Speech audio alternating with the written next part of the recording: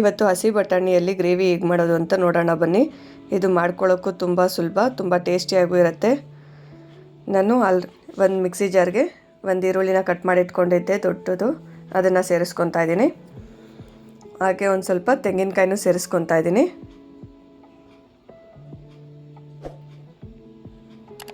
ಇದಕ್ಕೇ ನಾನು ಚಿಕ್ಕ ಚಿಕ್ಕ ಟೊಮೊಟೊ 2ನ ಕಟ್ ಮಾಡಿ ಇಟ್ಕೊಂಡಿದ್ದೆ, ಅದನ್ನು ಸೇರಿಸ್ಕೊತಾ ಇದ್ದೀನಿ.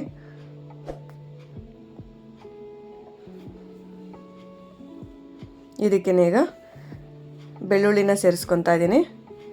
ಹಾಗೆ 1-2 ಇಂಚು ಶುಂಠಿನೂ ಸೇರಿಸ್ಕೊತಾ ಇದ್ದೀನಿ. ಹಾಗೆ ಒಂದು ಸ್ವಲ್ಪ ಕೊತ್ತಂಬರಿ ಹಾಕ್ಕೊತಾ ಇದ್ದೀನಿ. ಪುದೀನೂ ಸೇರಿಸ್ಕೊತಾ ಇದ್ದೀನಿ.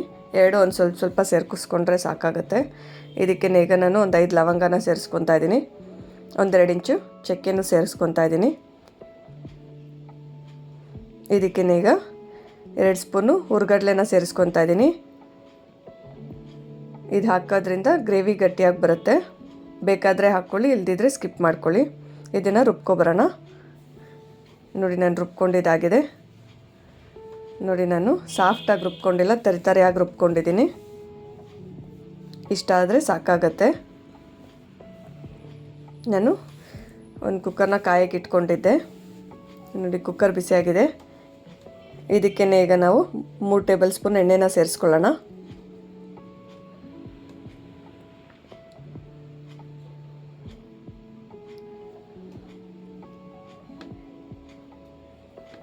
ನೋಡಿ, ಎಣ್ಣೆ ಕಾಯ್ತಾ ಇದೆ. ಇದಕ್ಕೇ ಈಗ ಈರುಳ್ಳಿನ ಸೇರಿಸ್ಕೊಳ್ಳೋಣ. ಒಂದು ಚಿಕ್ಕದು ಈರುಳ್ಳಿ ಕಟ್ ಮಾಡಿ ಇಟ್ಕೊಂಡಿದ್ದೆ, ಅದನ್ನು ಸೇರಿಸ್ಕೊತಾ ಇದ್ದೀನಿ. ಈರುಳ್ಳಿನ ಚೆನ್ನಾಗಿ ಫ್ರೈ ಮಾಡ್ಕೋಬೇಕು.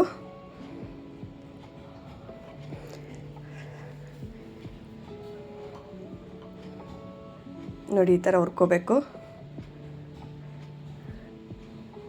ಇದಕ್ಕೇ ನಾನು ರುಬ್ಬಿಟ್ಕೊಂಡಿರೋ ಮಸಾಲೆನ ಸೇರಿಸ್ಕೊತಾ ಇದ್ದೀನಿ.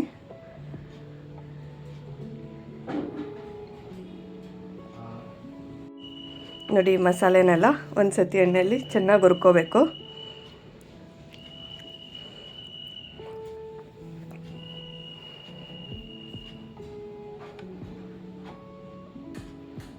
ಯಾಕಂದರೆ ನಾವೆಲ್ಲ ಹಸಿದಾಗ ಹಾಕ್ಕೊಂಡಿದ್ದೀವಿ, ಅದಕ್ಕೆ ಎಣ್ಣೆಯಲ್ಲಿ ಸ್ವಲ್ಪ ಫ್ರೈ ಮಾಡ್ಕೋಬೇಕು.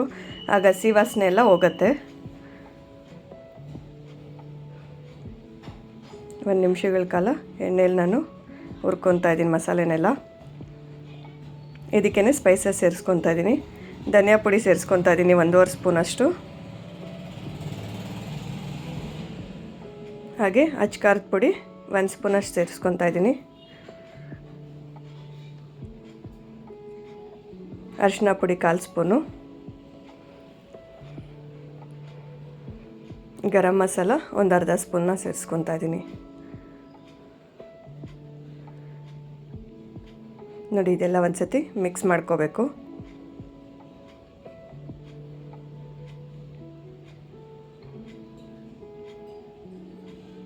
ಇದನ್ನು 1 ನಿಮಿಷಗಳ ಕಾಲ ಎಣ್ಣೆಯಲ್ಲಿ ಚೆನ್ನಾಗಿ ಫ್ರೈ ಮಾಡ್ಕೋಬೇಕು. ಆ ಮಸಾಲೆಗೆ ಈ ಸ್ಪೈಸಸ್ ಎಲ್ಲ ಹೊಂದ್ಕೋಬೇಕು.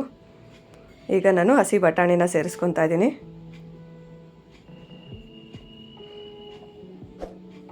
ಇದನ್ನೆಲ್ಲ ಒಂದು ಸತಿ ಮಿಕ್ಸ್ ಮಾಡ್ಕೊಳ್ಳೋಣ.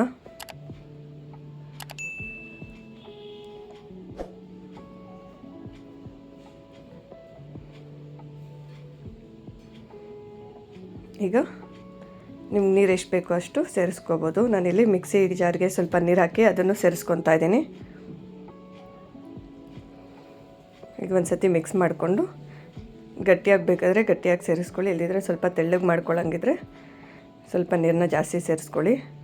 ಗಟ್ಟಿಯಾಗೆ ಮಾಡ್ಕೊಳ್ಳಿ. ಇದು ಪೂರಿ, ಚಪಾತಿ, ಇಡ್ಲಿಗೆ ಎಲ್ಲ ಚೆನ್ನಾಗಿರುತ್ತೆ.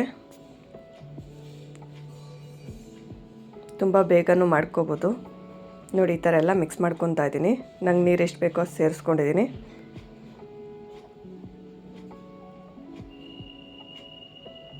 ಇದಕ್ಕೇ ಈಗ ನಾನು ರುಚಿಗೆ ತಕ್ಕಷ್ಟು ಉಪ್ಪನ್ನು ಸೇರಿಸ್ಕೊತಾ ಇದ್ದೀನಿ.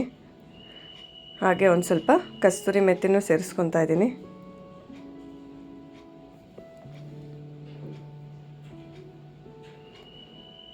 ಹೀಗೆಲ್ಲ ಒಂದು ಸತಿ ಮಿಕ್ಸ್ ಮಾಡ್ಕೊಳ್ಳೋಣ.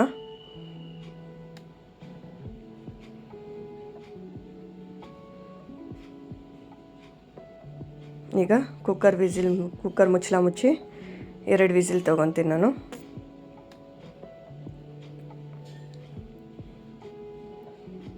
ನೋಡಿ 2 ವಿಸಿಲ್ ಆಗಿದೆ.